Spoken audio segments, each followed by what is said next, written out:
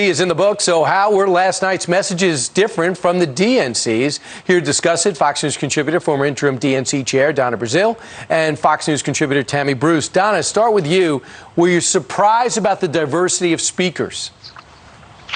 If you're referring to Vernon Jones and Herschel Walker, no, I'm never surprised by the lineup at Republican conventions because I'm familiar with how they stage their messaging. So in many ways, if the goal was to present a diversity of speakers, sort of like a choir of people who are all behind Donald Trump, they achieved that. So that's not my complaint, as you well know, Brian. I love conventions because it allows you to tell a story, and the story that they're trying to tell is a story about Donald Trump being the champion of everybody.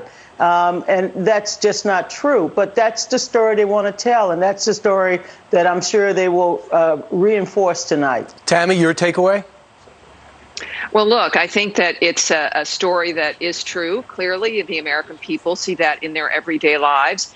What we've had to do, I think, as Americans is deal with the media that has had one single message, working for the last, 4 years now to demonize one guy.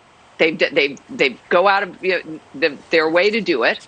And the Republicans wanted to make a point to have one evening, and now we'll have 3 more.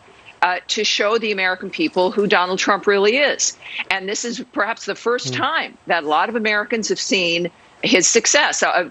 One thing that was going on in Twitter was that Joe Biden chose to speak with Julia Louis-Dreyfus and Cardi B.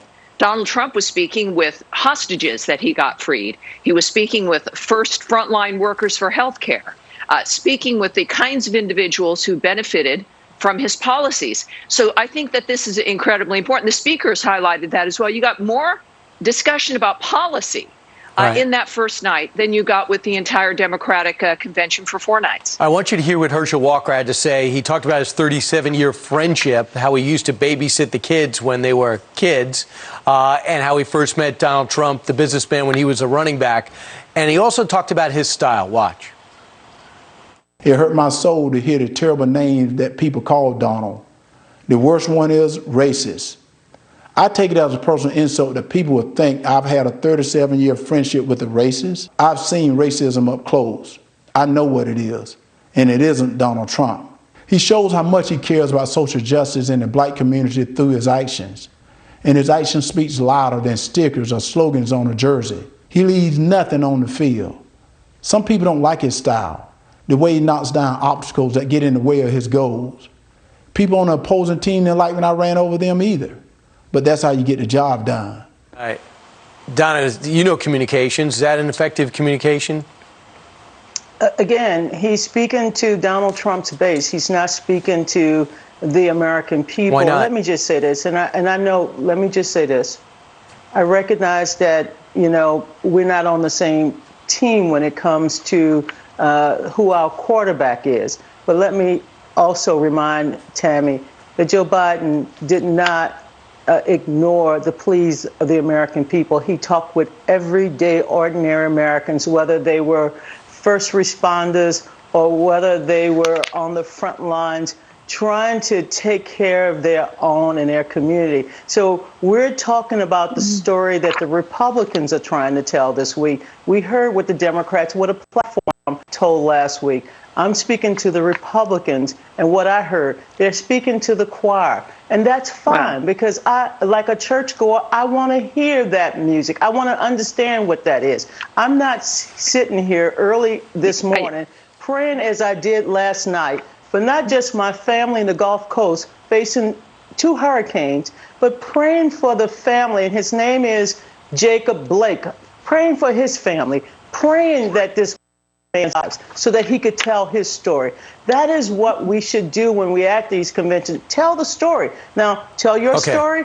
We told ours, and I appreciate the Republicans telling theirs. And then it's up to the American people to decide which story they like. That's what these conventions are all about. Yeah, look, thanks for letting me get a word in edgewise here. The fact of the matter is we're talking about the differences between the parties. We're not going to bubble it out and set it aside.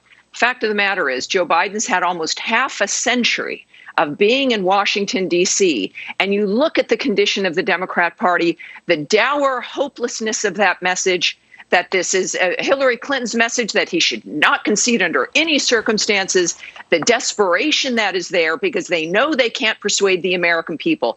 You might be dismissed last night and the next 3 days as preaching to the choir, but that is the problem with the Democrat point of view, is that they don't consider it a message that Americans represent, that Americans want to hear, that is a part of our everyday lives. It's not just in a political isolation chamber. This is who we are and what matters. And I think that clearly the Republicans have that understanding directly. It's about education. It's about health care. It's about faith. And it is about a man who cares about the American people more than he cares about his next job and winning in the sense of, oh, it's just got to be about the next election. He has given up everything, as has his family, to change this nation and get her back on her feet so we as Americans can live lives that best suit us. If you're going to see the incredibly moving stories ranging from Tim Scott to Nikki Haley showing that we can deal with violence, racial violence, in a way where we come together. No Democrat has spoken out against the nature of what's happening in Kenosha, Portland, Seattle, Baltimore, New York, Chicago.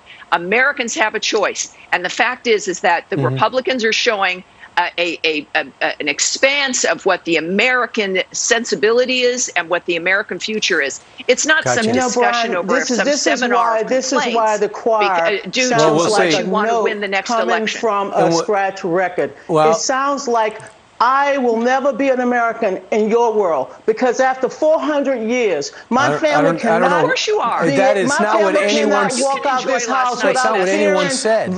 Violence. No one is saying no, that. Tammy, listen, Donna, yes, you are. Was saying because that. you're, You Tammy, can enjoy you last are saying night. that to last me. Night was your message what are you as well. saying to me? Last night saying was to me. What was it about last night Tammy, you didn't like, you need Donna? to listen as well as talk. So you want to know what Tammy's saying to you. So let Tammy answer. I listen to you. And what you do is you ignore the pains of people who are hurting. What was you it about ignore the pains of people who just want to breathe. Tammy, hold on one second. What was it about? Tammy, hold on one second. Donna, okay. So Donna, your point is you're ignoring 400 years.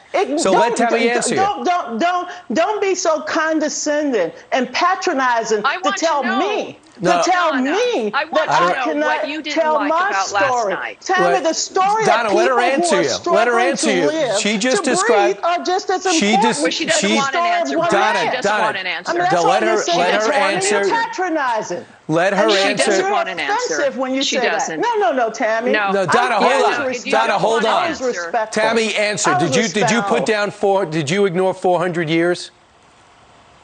Yes, I think that none of us are. Yes, she did. She ignored. I asked Tammy, Donna. She ignored the reality of what is happening. She's ignoring it because they don't see it. Tammy, I see it every day. I see the violence. Donna, you got to let her finish. You got to let her finish. Brian, but you got me up this morning to let me listen to this diatribe. No, you've spoken most of the time. Who does not live my existence and do not recognize my existence. You do not recognize my existence, Tammy. You do not recognize my existence. Let's just make it clear. We were here. On the same table as Americans. Let's both of you calm down. All Americans. This is it. We brought you up for one reason, to talk about night one and preview night two if we had time. No one brought you up to talk about not acknowledging existence. We're talking about night one, how you interpret it, night one, how you interpret it. Yeah. So I don't know how it got off the rails. You're the shameful one, Tammy. You're the shameful one because nobody's shameful. You're both offered analysis. Thank you very much. Next time, but this is what happens. You will not erase my what the Democrats do. We'll talk about night. We're going to be talking about this is what. All right. That's not going well. All right.